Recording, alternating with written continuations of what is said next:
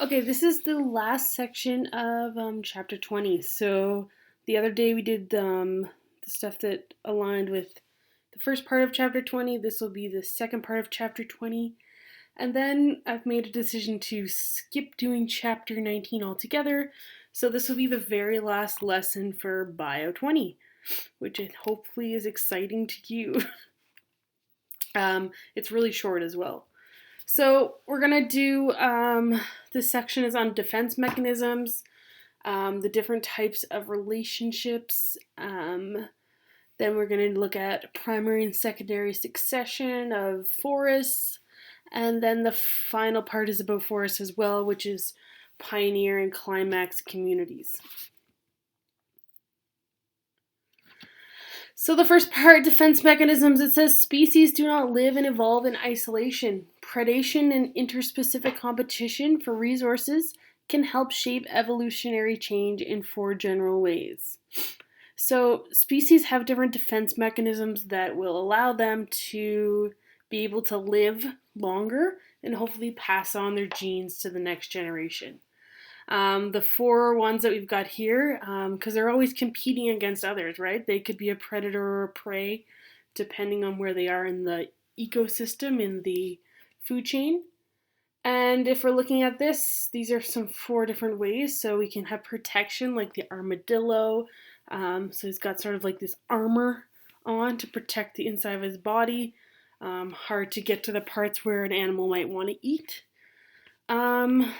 These types of blowerfish can get big, so they're really small and then they can blow up and make themselves a lot bigger. But also, they've got those spikes on them, which doesn't make them seem very tasty for a species to eat them. They can be fast, so these gazelles, they'll run around. Antelopes, they sort of run through the savannah. They can run fast to get away from predators. And then camouflage, this type of bug, I'm not sure what it is, but it sort of looks like a twig. So it's camouflaging in to look like where it lives.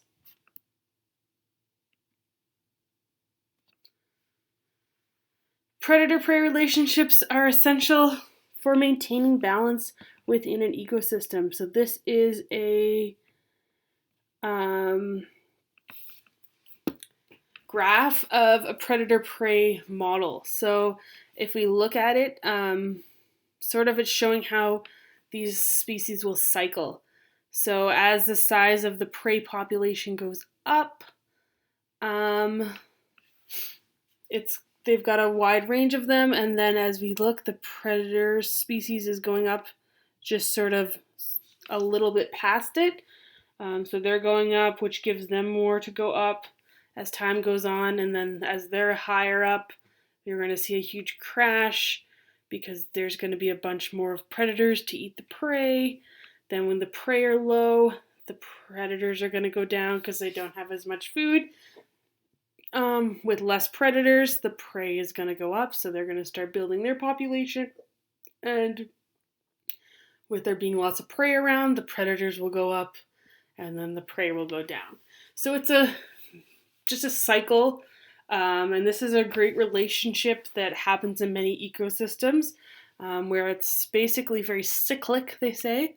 So the cycle is going up, down, up, down, up, down, up, down, and there's sort of like a time lapse between them. So when this one's high at its highest point, this one's going to be at its highest point not far after it. Okay, so it's sort of like a time lapse. It's like, okay, we've got lots of food, so now this species is going to go up, and when there's so many of these, it's going to go down. So it's a great way of showing how a predator-prey relationship works. The symbiotic relationships. It says species who occupy similar niches have also evolved to rely on one another in different ways. The types of symbiotic relationships include mutualism, commensalism, and parasitism. So the four different types, does it not explain it? It doesn't really. Okay, so I guess we can explain it on these graphs. So a mutualistic relationship, basically what mutualism means, and if I could write here, I would, but I'm not on the iPad. But mutualism means that both species are benefiting from the relationship.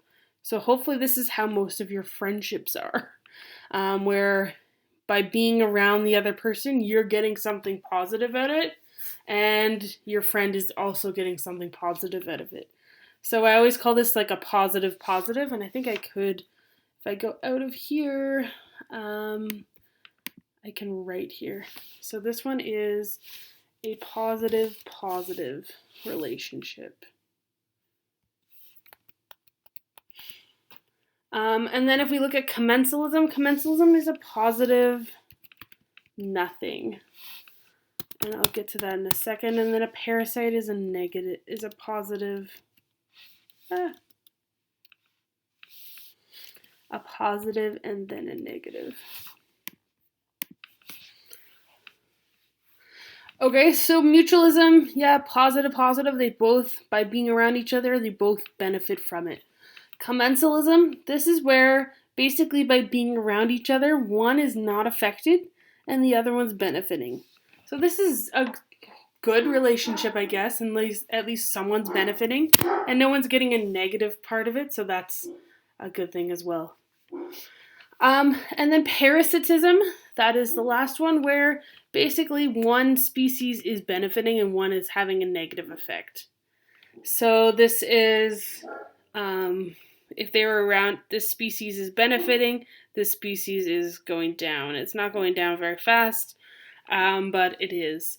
So some examples of these, if we could think of a mutualism relationship, I don't know if you can think of Finding Nemo, where there's these little fish that eat out of the whales or sharks' mouths. So they get to eat food that's readily available basically in the teeth of these animals. And then the big sharks or whales, well, what are they getting out of it? They're getting their teeth cleaned. So they're not going to have cavities, problems like that. So both, that would be a mutualism relationship.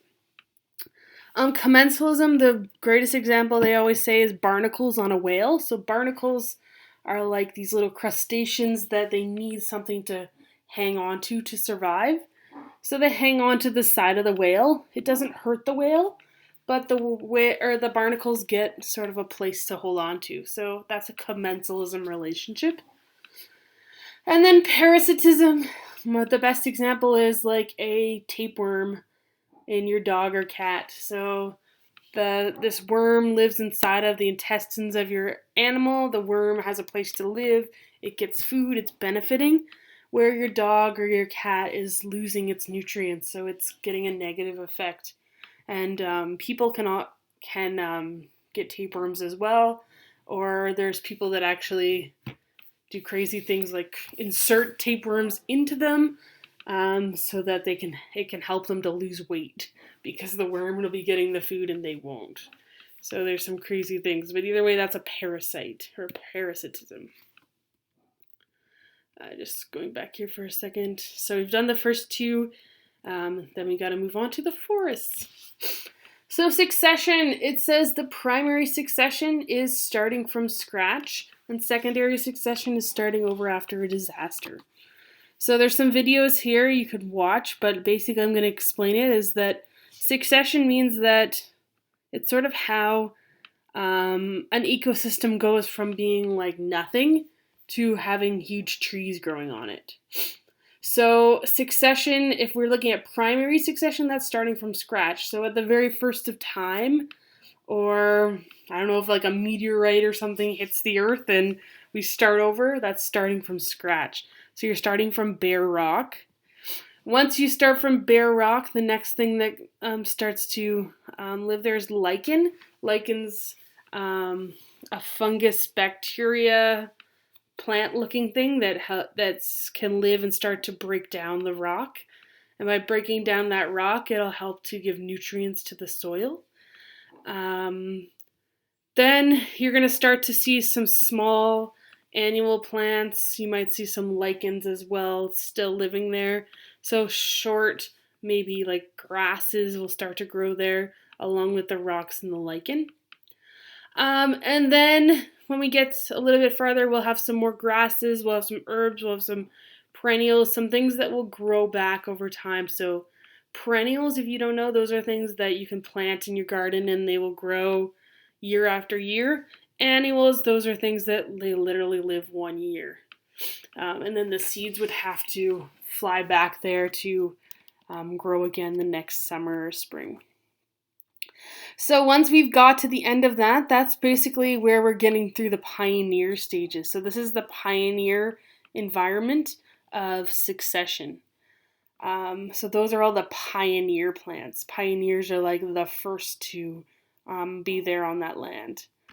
And then we've got the intermediate stages. So the intermediate stages, we will start to grow some more things. So the soil is getting better, and what's making it better over time is the lichen, the rain, things that are breaking down the rock and the minerals so that they can start to create soil. Also, these plants are going to die, right? This is over hundreds of years. So as these things die, microorganisms are going to start to break them down. So there's going to be some organic matter in here, some dead stuff. And that's good because that's going to give more nutrients to the soil.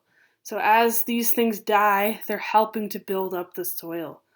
And as time goes on, now we've got some bigger species here. We've got grasses, shrubs, some shade intolerant trees, so these trees that need lots of sun, and they're going to be living there for quite some time, like our lifetime for sure, until it gets to a climax community, and that can be several hundred years into the future, where we have trees that can live in more shade tolerant places, so they are able to live sort of underneath trees. Those are going to be the last species to live in an environment, and those would be considered the climax species or the climax community. So once our species get to this point, they are known as being in the climax community.